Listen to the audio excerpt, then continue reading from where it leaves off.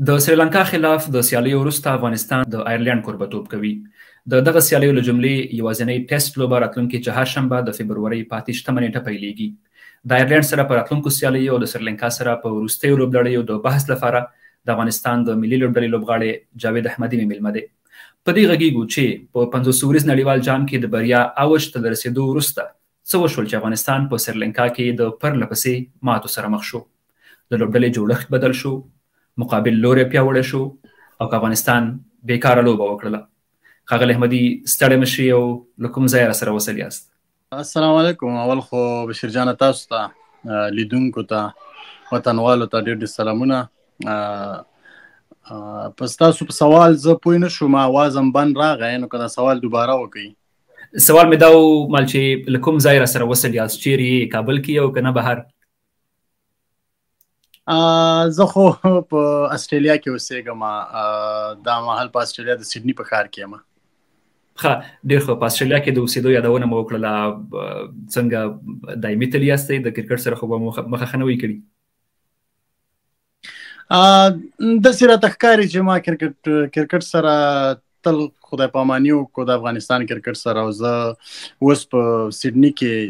ژوند کوم. خواشینونکې ده چې دغه خبر د افغانستان د ملي لوبډلې د یو مجرب لوبغاړي څخه ورو. شاید بعضې مینوال مو دا تپوس ولري چې څه وجه وه جاوید احمدي ولې د کرکټ سره مخه ښه وکړه؟ ما ډېر وخت نه، زه تقریبا د 2009 نه ټیم سره وم، په ملي ټیم کې وم. هغې نه مخکې ما افغانستان دپاره ډېر د کم عمره سفرونه، کم عمرۍ کې ما سفرونه کړي وو. خو 2009 نه تر 2021 پورې زه ټیم سره وم. څه به زما نیمګړتیاوې وې، څه به زما د کوچز نیمګړتیاوې وې، څه به زما د مشرانو نیمګړتیاوې وې، خو ما په ښاغلی احمدي فکر کوم زموږ سره اړیکه یې قطع شوه. کوشش کوو چې بیرته یې راواخلو. او زه مو اوس غږ لرم، مهربانه شئ. تاسې د افغانستان کرکټ سره د مخخي په اړه خبرې کولې. نو زه دغه شی نو ډېر زیات مجبوره کړم چې ما خپل وطن ته خدای پاماني وکړه او زه راغلم سیډني ته. نو زیات وجوهات یې دغه و چې ما په 11 کالو کې ټیم کې ځان ته ځای جوړ نه کړو. نو زه په خپل هغه شیانو باندې چې کوم ما تیر شوي دي په هغه زه نه غواړم چې دوباره خپل ژوند کې تکرار کړم. نو دغه وجوهات مو یو زیاتره چې ما ټیم کې ځان ته ځای داسې جوړ نه شو کړی چې یعنې زه د نن سبا چې راشد خان یادېږي یا نبي یادېږي. نو په دغه غټه وجه وه چې ما د افغانستان کرکټ پرېښودو. د هغې ځای نه جوړولو ډېر وجوهات دي. بیا هم معمولي خبره نه ده. شاید مینوال مو دا سوال ولري چې که بعضې لوبغاړي د ملي لوبډلې برخه دي، په دوامداره توګه خامخا پرفورمنس کوي، آیا ستاسې پرفورمنس نه و که نه نورې وجې وي؟ ځکه تاسو ته یوه خبرې ته اشاره وکړم، د پرفارمنس وجه نه وه. ځکه چې کله چې زه واحد هغه پلیر یم،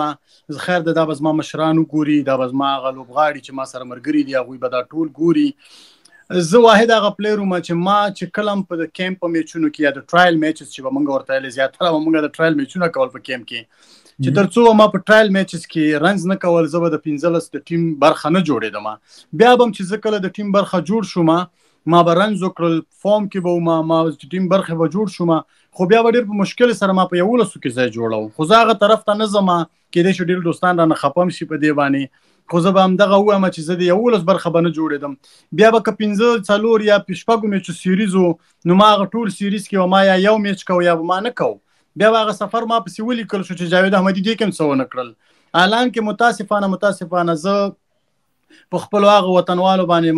زه ډېر خفه کېدم چې په کرکټ باندې به نه پوهېدل، او هغوی چې دا څنګه اوس لوبغاړو پسې لګیا دي، دغسې به موږ پسې هم لګیا.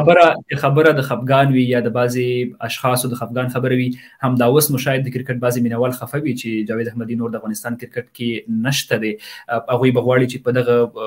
وجوهاتو او په دغه وجو یې وپوهېږي. فکر نه کوئ مناسب به وي چې تاسې په دغې لږ رڼا واچوئ؟ ما یعنی زه بالخصوص زه دغه شیانو سره دومره علاقه نه لرم چې زه میډیا کې ډیر زیات راشم او زه په میډیا کې خو بیا هم ماته ډیرو دوستانو لکه تا غوندې خپلو نورو دوستانو ماته وویل چې دا شی نه زه بیا هم درته تاسو ته وایم چې غټه وجه همدغه وه چې زما هغه ملګرو چې په ژوند کې ما سره ډیر نږدې وو او په لوبډله کې هم ما سره ډیر نږدې وو که هغه افیشل وو که هغه لوبغاړي وو خو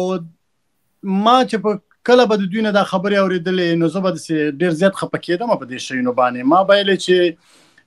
جاوید احمدي خو کاشکې داسې ما په خپل ټول کیریر کې بشیره زه به تاسو ته یو خبره وکړم په خپل ټول کیریر کې ما داسې سفر نشته دی چې ما هغې کې مکمل میچونه کړي په 11 کالو کې ما داسې نه و چې ما پوره 11 15 میچه کړي وو یا 4 میچه ما به مسلسل یا یو میچ کو په ټول سفر کې او یا ما بيخي کول نه زه به بیرته راتلم نو زه په هغه شي ستاسو خبرو داسې معلومیږي چې بیا به زه رام او خلک به لګیاو ستاسو خبرو داسې معلومیږي چې ستاسو په لوبډله کې نشتون یا په افغان کرکټ کې نشتون ستاسو کارکردګي نه بلکې د بعضي اشخاصو لخوا تاسو ته مشکلات جوړ شي او څنګه اواز باندې د اواز دی رانغه بشیر جان سوال مې دا و چې ستاسو له خبرو داسې معلومیږي چې په لوبډله کې نشتون او په افغان کرکټ کې ستاسو نشتون پرفورمنس نو نور شخصي او فردي مشکلاتو څنګه وګور که تاسو ته یو خبره وکم که چېرته د پرفورمنس خبره وکنه نو بیا 11 کاله څوک په که زه وایم که په سفارش دا خلک ورته زیات وایي ته څوک پیژنې نو په 11 کاله څوک په ټیم کې په سفارش لوبه نشي کولی بشیر جانه ما په 2015 کې د 15 کلنو ورلډ کپ کړی بیا همغسې زه واحد هغه قندوزی پلیر وم چې کله ما په نېشنل ټیم کې 3 کاله تیر کړل نو بیا زما وکیلان او د پارلمان خلک خبر شو چې جاوید احمدي د قندوز دی هغې نه پس ما سره بیا د خپلو حالانکې از ما خپلو مو هغې نه بس ما سره بیا د خلکو اړیکې نیولې موږ زه به ورتلم د هغوی پوښتنې ته هغوی به زما پوښتنه کوله نو څوک په سفارش او څوک په دې شیانو باندې 15-14 کاله کیریر ته دوام نشي ورکولی دغه ستونزه د دې کچه څومره وه آیا یوازې تر تاسې محدوده وه که نور لوبغاړي هم د دغه ښکارو چې پرفورمنس به یې وه په لوبډله کې به نه وو ما ته د اواز نه راځي بشیر جانه لکه چې ډېر زیات څه ستونزه ده نه پوهېږم اوس مې غږ صحیح شو اورې غږ مې اوس ډېر د اواز بند راځي بشیر جان ستاسو مایک ته خو بد شی نه وي نږدې نه پوهېږم که ستاسو مایک یې لوي د موبایل شاید زما غږ بیا اورئ اوس مې غږ لرئ بلې اوس راغی سوال مې دا و چې د دغه ستونزې کچه څومره وه آیا یوازې تاسې ښکار وئ که نه نور لوبغاړي هم د دغې ستونزې سره مخ دي او که داسې وه د حل لارې څه ده که زه به دا یو خبره وکړم زه یوازې د دې ښکار نه وم زه به تاسو ته په نوم باندې دا خلک یاد کړم لکه سمي شینواری تاسو ګورئ یو وخت کې ډېر غټ لوبغاړی و خو نن سبا بیچاره په افغانستان کې ناست دی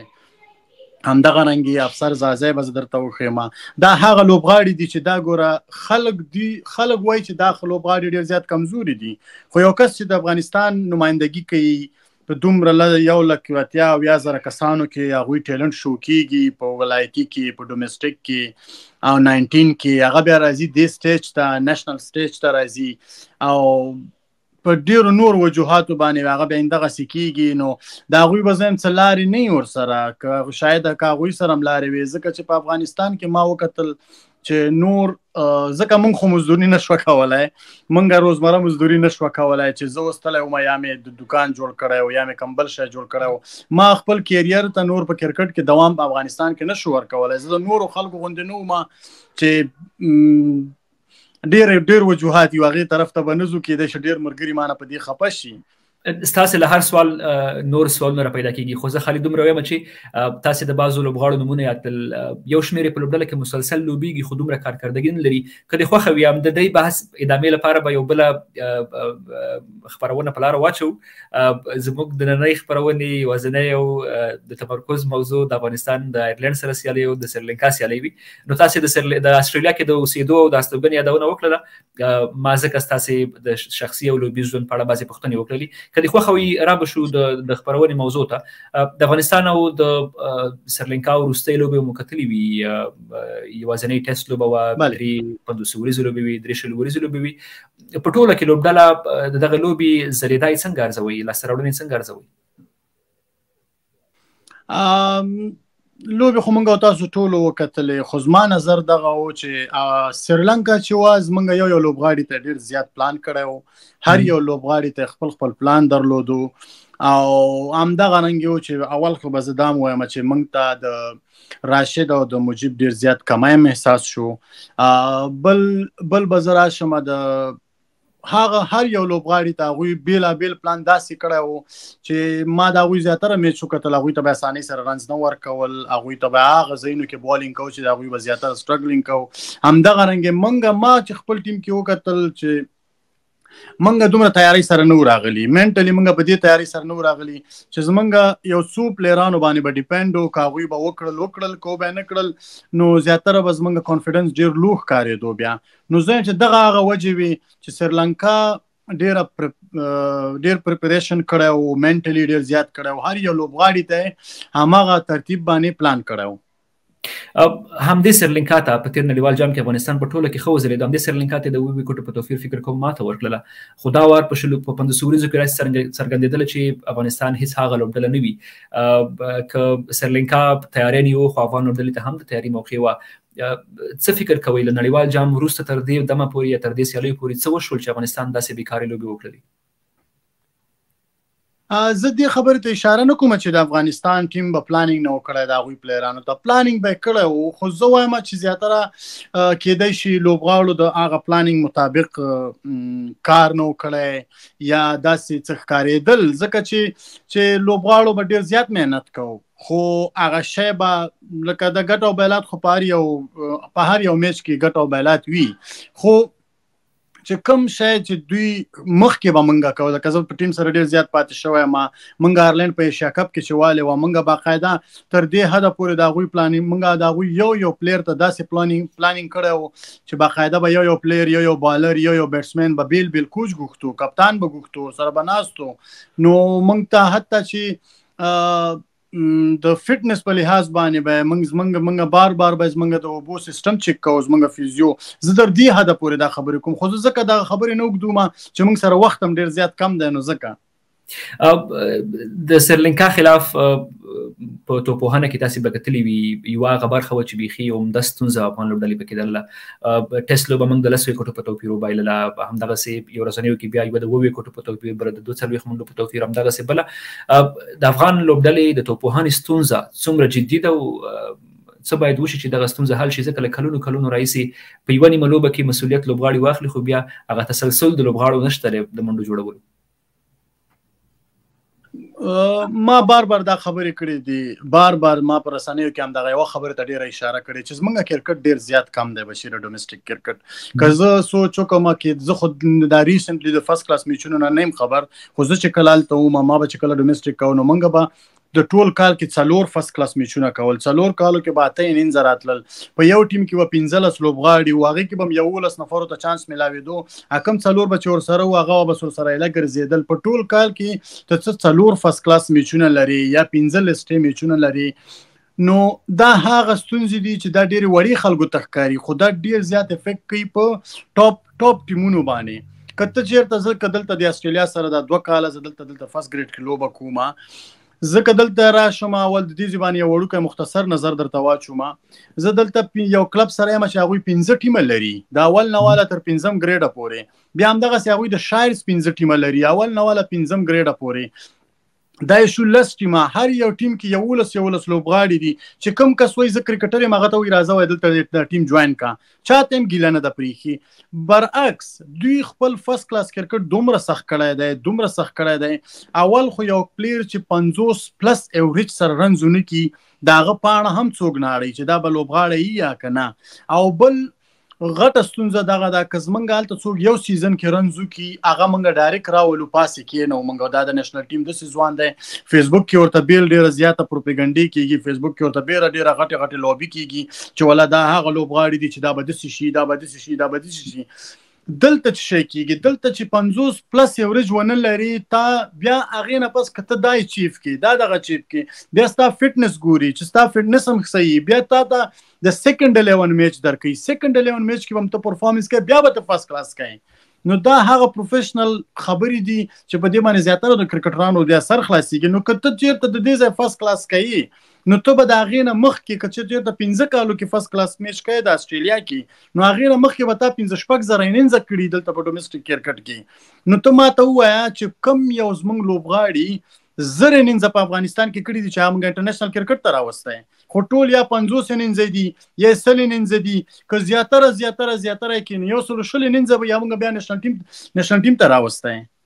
نو دغه هغه وجې دي دغه هغه ستونزې دي چې په دې باندې زه ډېر وخت غږېږم چې زموږ فرست کلاس میچونه باید ځکه موږ 12 میاشتې کرکټ کولی شو په افغانستان کې یو طرف که واوره بل طرف ته واوره نه کېږي په جلال آباد سیمو کې نو موږ باید 12 میاشتې ټول فرست کلاس میچونه وکړو که دا 4 دي موږ دا په 10 بدل کړو که دا موږ که چېرته 10 موږ په 10 بدل کړو. ښاغلی احمدي د کورني کرکټ یادونه مو وکړله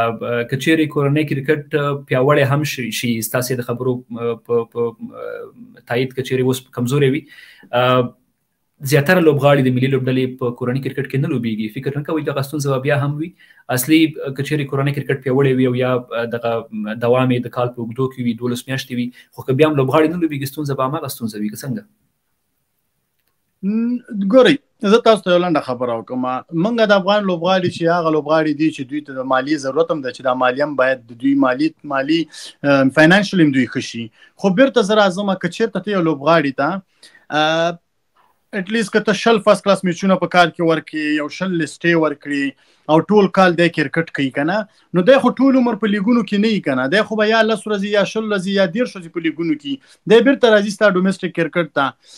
بیرته خبره عمل ته راځي که چېرته موږ دغه دومره کیمپونو دغه کیمپونو دا ډډې پرېږدو او دا ټول موږ په کرکټ باندې واچو ډومېسټک کرکټ باندې نو بیرته هغه د پیسو سیسټم به زه اکثره خلکو نه اورم چې افغانستان دونه بودیجه نه لري ډومېسټک کرکټ دپاره دونه موږ په یو کیمپ باندې 15-16 لکه ډالر مصرفوو هغه 15-16 لکه ډالر ولې موږ په یو ښه ټورنمنټ په یو 10 فرست کلاس میچونو نه مصرفوو هغه موږ ته په کار دي. زه دلته وم موږ سره په کلب کې د انډر 19 د اسټرالیا انډر 19 دوه لوبغاړي دي ما ویل چې دوی به اوس کیمپ ته ځي دوی به اوس یو میاشت کیمپ کوي ورلډ کپ ته ځي ورلډ کپ یې مو ګټو نو دوی دلته موږ سره فرست کرکټ میچ وکړو په سبا باندې دوی لاړل NCA ته سنټر اف کرکټ ته لاړل 2 ورځې هلته ګیدرینګ وکړو په 3 ورځې فلایټ وکړو بل ورځې ساوث افریقا کې میچ وو. نو مطلب د کورني کرکټ جوړښت دومره پیاوړی دی چې دغه تیاری ته به هیڅ ضرورت نشته دی تاسې هیڅ ضرورت نشته دی هیڅ ضرورت نشته دی دې باندې هر یو کرکټر پوهیږي چې ماته کیمپ ضروري دی که زه په کیمپ کې په نټ کې بیټینګ وکړم 10 ساعته مو کومه او که بشیر زه په یو میچ کې یو انینز وکړم 50 یا 100 وکړم دغه سنچري زما د 3 میاشتو د کیمپ جواب وای. مطلب دا چې د کورني کرکټ د یو ښه جوړښت او لیدلوري نظر نشته دی. زه خو ګورم چې نشته دی په دې چې زما تقریبا 10-12 کاله ما ډومېسټک کرکټ کړی 10-12 کالو کې دوی هم دغه وایي چې امپروومنټ راولو دا امپروومنټ موږ ونه لیدو چې دا به کله راځي چې بیا هم زه سوچ کوم هماغه 15 میچونه فرست کلاس کېږي و زیات دې پرې راته شوي وو 8 لیسټې میچونه کېږي په دې باندې موږ ته لوبغاړي نه راوځي. زه د یو خبرې ته بیا اشاره کوم چې زموږ کم لوبغاړی چې نن په نېشنل ټیم کې لوبېږي تر هغو چې هغه کوم لیګ کې پرفارمنس نه یې کړی په T20 کې چې په T20 لیګ کې پرفارمنس وکړي هغه راځي زموږ د افغانستان د مین ټیم بیا مین لوبغاړی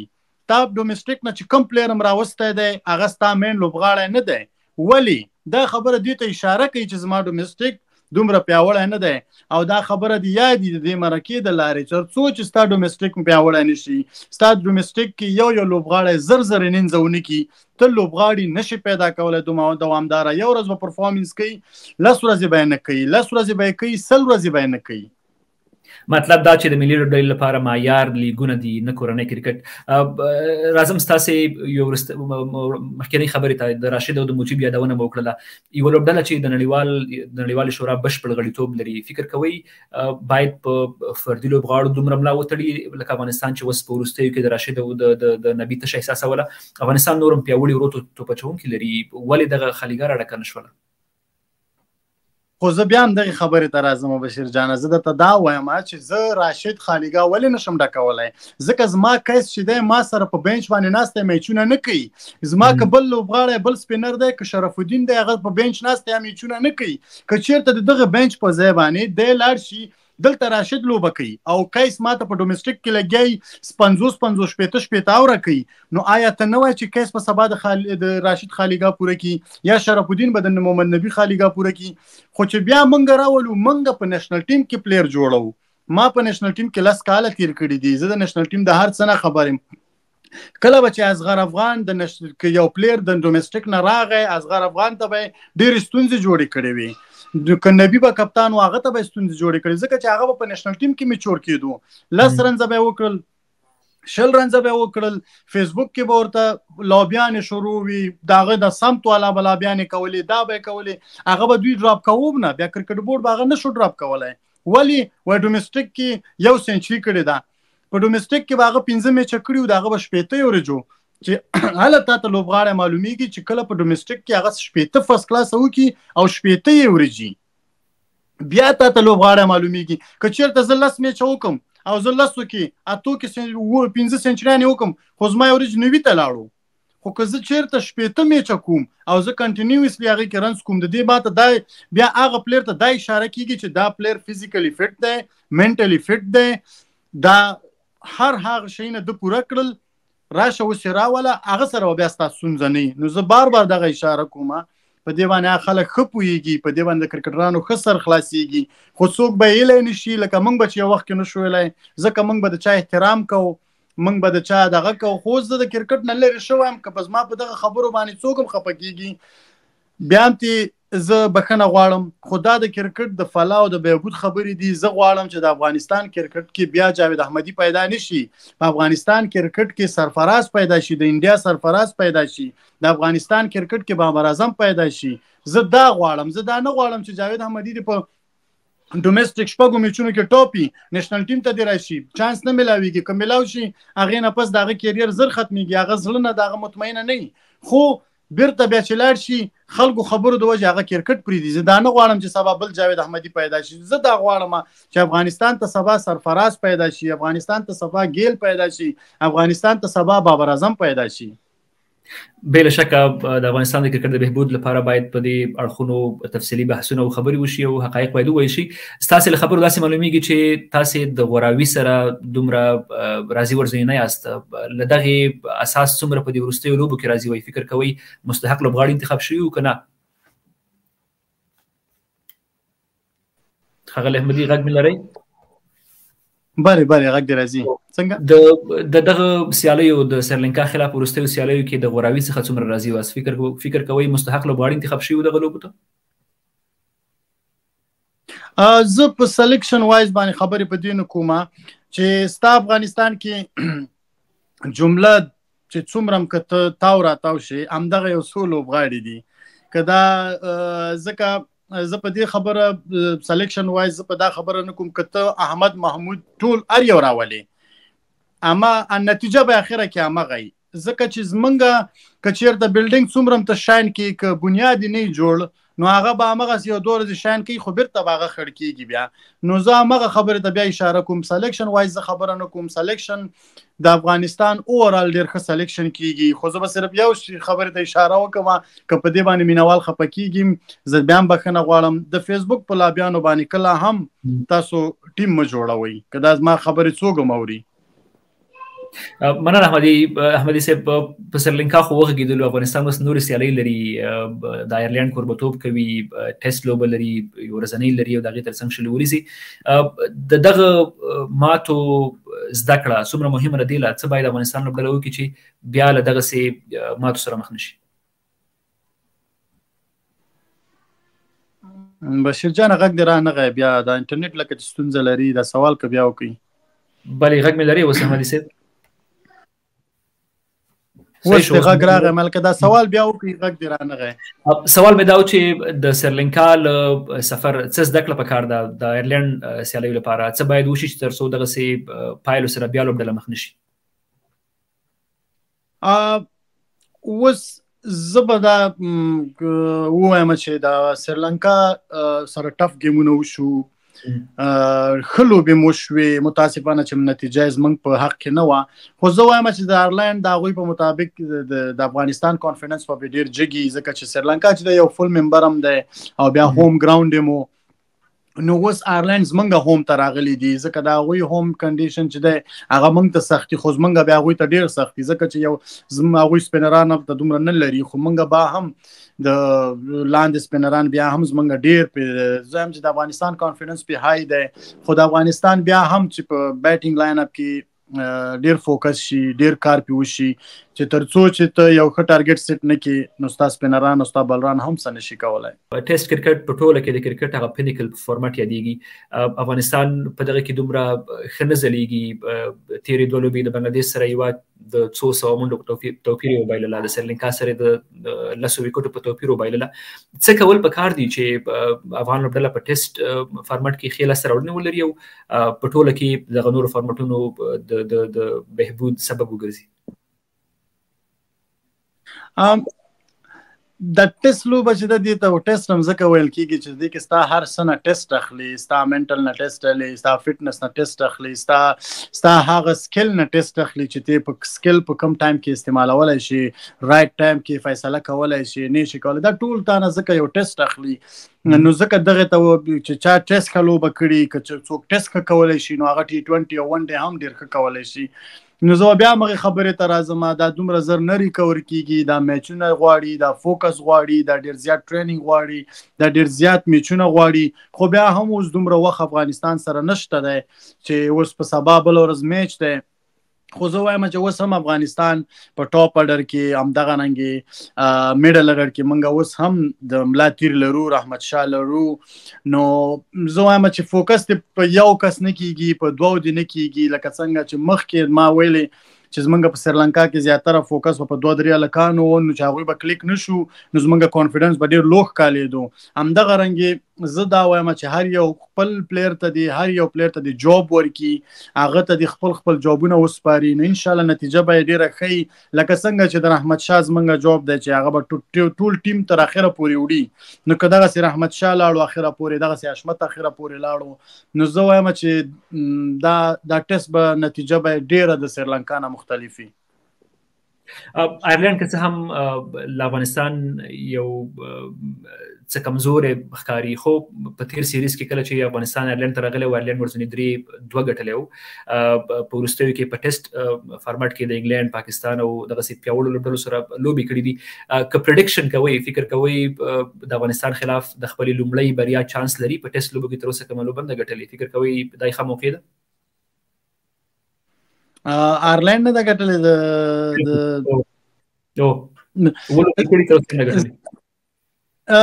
بالکل. زه دا نه وایم چې آیرلینډ، زه خو آیرلینډ ته ځکه کمزوره لوبډله نه وایم، ځکه چې آیرلینډ سره موږ ډېر زیات میچونه کړي دي او موږ ته ډېر ټف ټایمونه هم راکړي دي. زموږ په هوم کنډیشن کې موږ ته ټف ټایم راکړي دي. او که تاسو وګورئ د هغوی همغه لوبغاړي دي چې 10-12 کالو نه لوبېږي، زیاتره د بیټینګ په ټاپ اډر کې که وګورئ بلبرني دی، همغسې یو 2-3 نور لوبغاړي ورسره دي، پول سټرلینګ دی. نو ځکه دغه یو خبره وکړم، هغوی سره هم کوچز چې سټاف یې ما وکتو، هغه ټیم کې چې دا کوم سټاف ورسره راغلی، دوی د افغانستان سره تقریبا 10-12 کالو نه لوبېږي، نو هر یو لوبغاړی داسې پېژني لکه ما ته چې یو بل پېژنو. نو زه به دغه یو خبره وکړم چې هغوی به ټولو ته پلانینګونه کړي. بالکل چانس لري. کرکټ چې دی د ورځ لوبه ده، که چېرته د هغوی ورځ ښه وه کېدای شي افغانستان ته ماتې هم ورکړي، او که هغوی دې نه هم ګټه واخلي، ځکه چې د هغوی ته اکثره ستونزه به چې جوړوله په دې لیول کې راشد خان به جوړوله، نو دا هغوی ته یو ښه چانس هم دی چې راشد خان نشته دی. خو زه بیا هم وایم چې زه به افغانستان سره ځم، ځکه چې افغانستان په صحیح ده چې دا وروستی سیریز دونه ښه لاړو نه، خو که چېرته بیرته د افغانستان د ورلډ کپ ته راشي، غړ ټیمونو ته یې مات کړل، نو د افغانستان کانفیډنس په آیرلینډ باندې لږ هایي. وروستۍ پوښتنه دا کوم، ځکه د خپرونې وخت اوس هم واوښت، که چیرې افغان لوبډل مشرانو ته یوه مشوره ورکولی شئ، حشمت الله ته په ټیسټ او ورځنیو لوبو کې او ابراهیم ځدران ته په 20 وریزو کې، مشوره به مو څه وي؟ زه خو ابراهیم ځدران سره مې دومره لوبه نه ده کړې، 1-2 میچه مې کړي دي. حشمت شهیدي زما په کپتانۍ کې هم ډېره لوبه کړې ده. حشمت شهیدي اورال ډېر ښه لګیا دی. صرف زه ټیم ته یو مشوره ورکوم چې ما حشمت شهیدي د بیک اپ کړي، حشمت شهیدي د سپورټ کړي او افغانستان دپاره د لوبه وکړي. نو حشمت شهیدي سره مې بیا، حشمت شهیدي ته مې دغه بیا دغه دی، از کپتان هغه دی فیصله وکي اون د ټایم دی وکي او فیصله دی سره د نور لوبغاړي بیک اپ کی. مننه احمدي صاحب، مطمئن یم چې غږ دی اوري او امید ده چې مشورې ته مو غوږ ونیسي. مننه چې نن مو وخت راکړ. له تاسو سره نورې ډېرې ناویلې دي، په هغې باندې به هم د وخت مطابق بحث کوو او په دغه بعضې حقایقو باید وغږیږو تر څو د افغانستان په ټوله کې د کرکټ د ښې پایله شي. مننه. مننه بشیر جانه، ژوندی اوسې.